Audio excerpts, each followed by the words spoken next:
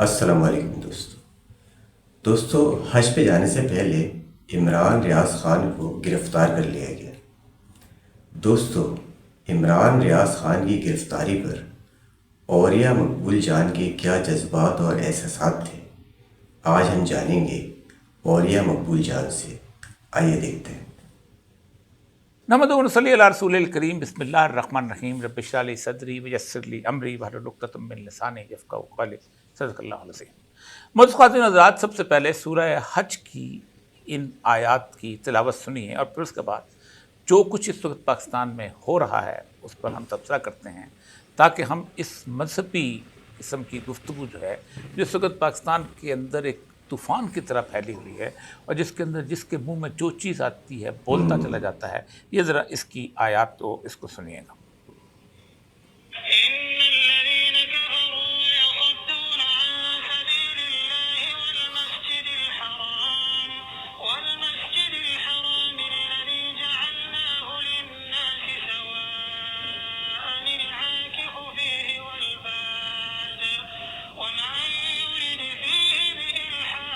سورہ حج کی آیت ہے۔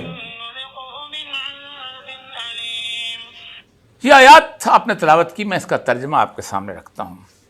مگر جن لوگوں نے ابدی حقیقتوں یعنی اللہ اس کے رسول کے انکار کا طریق زندگی اختیار کیا اور وہ لوگوں کو اللہ کے راستے سے روک بھی رہے ہیں اور اس واجب الاحترام مسجد یعنی خانہ کعبہ میں جانے سے بھی روک رہے ہیں، جسے ہم نے سارے عالم انسانیت کے لیے، مسلمانوں کے لیے نہیں، سارے عالمی انسانیت کے لیے بنایا ہے، جس میں وہاں کے رہنے والوں اور باہر سے آنے والوں کے حقوق بالکل برابر ہیں، تو ایسے منکرین حق کو جو بھی اس مسجد میں سیدھے راستے سے ہٹ کر ظلم اور زیادتی کا اختیار کرے گا تو ہم اسے سخت تکلیف دینے والی سزا کا مزہ چکھائیں گے۔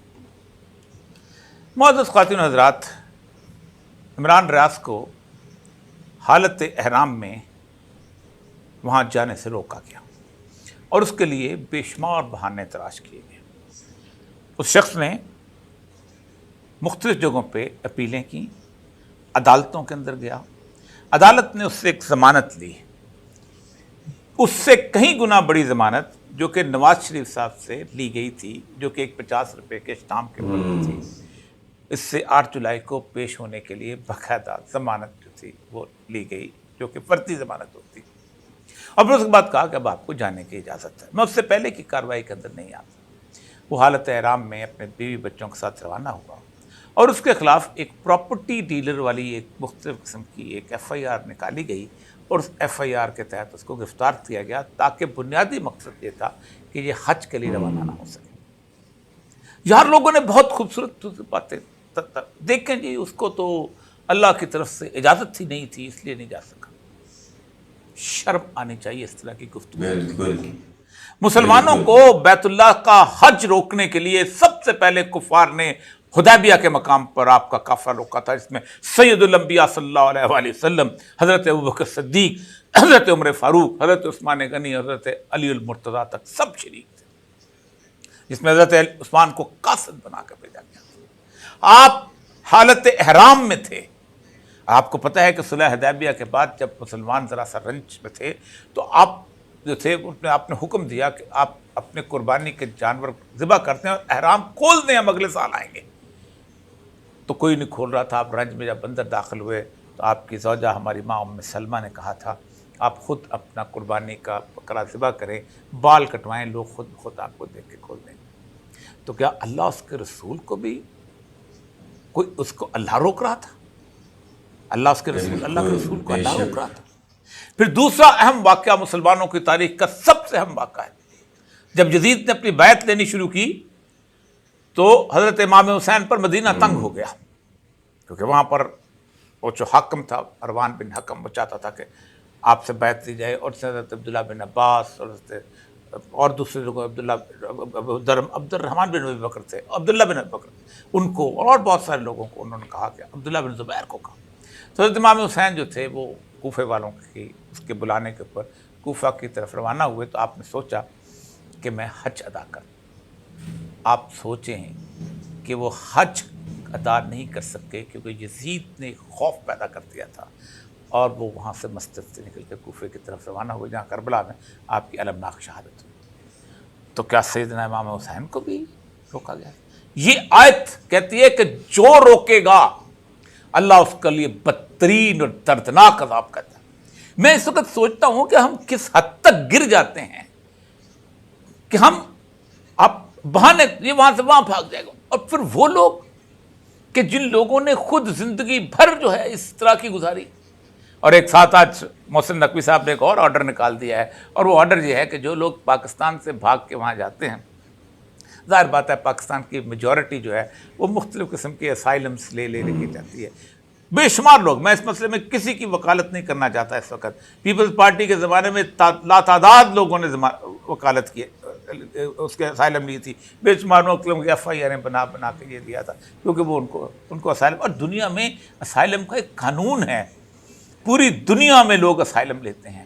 اور آپ حیران ہوں گے کہ اس اسائلم کی صورتحال یہ ہوتی ہے کہ وہاں پر جو ہے وہ ان کو کچھ وقت کے لیے ایک ریلیف، اور اسائلم تو سنت رسول صلی اللہ علیہ وسلم ہے۔